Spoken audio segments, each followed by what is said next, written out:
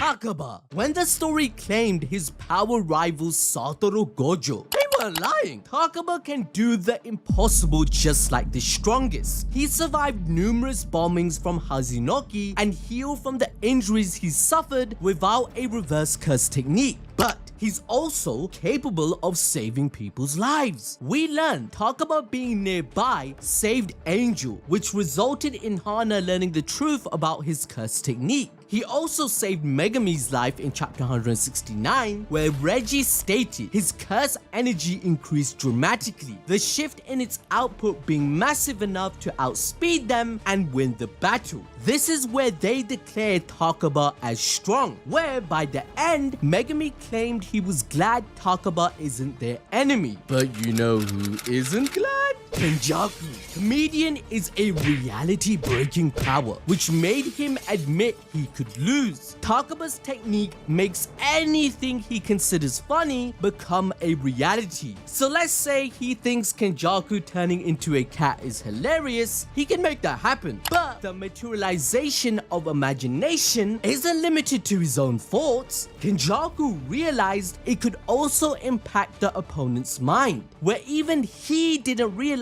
what he was saying when complimenting Takaba on his sorry. In fact, comedian has soul resonance. This means the soul of the opponent is being affected by the external force of it, which is more insane than you think, as he could take on opponents like Mahito and Sukuna, who would have trouble against comedian since the soul cannot be protected. Plus, it's a major boost in points for Takaba to reach special grade, since it is a lot harder to directly attack the soul for regular sorcerers and is a rare ability. His curse technique is so overpowered that Kenjaku's special grade spirits have no effect on him and are defeated instantly, like in chapter 242. These are feats equal to other monsters such as Yuki, who killed the Asian deity, and even Gojo. Keep in mind, the smallpox deity's special grade in chapter 101 put Mei's life in danger, and then she required help. She's a grade 1, and Gojo stated she's strong. However, as you can tell by this point in the video, Gojo's compliments would be given to all of these guys, because in chapter 239, we see Kenjaku feeling something he has never had before in 1000 years. His attack was forced not to work and nullified, meaning all his experience was meaningless. Takaba forces his opponents to play by his rules, but Kenjaku realizes the only way their fight would end is if he agrees to do Manzai with Takaba. The events are simulations, but all the damage dealt to him will accumulate steadily, whilst Takaba takes no damage from anything, which means even Sukuna's cleave and dismantle would not affect Takaba, whilst his comedian technique is active.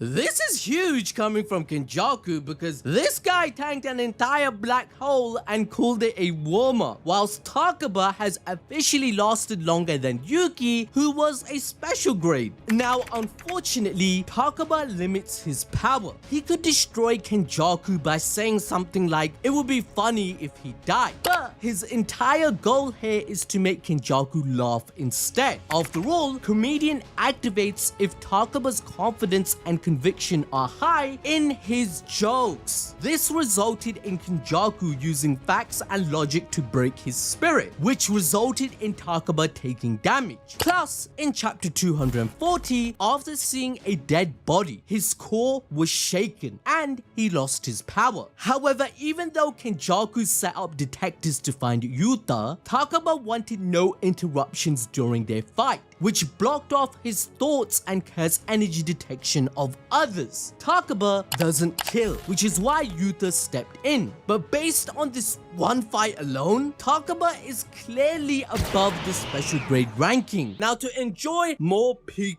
fiction, why not find out about Rimuru and how he's the strongest anime character probably ever created?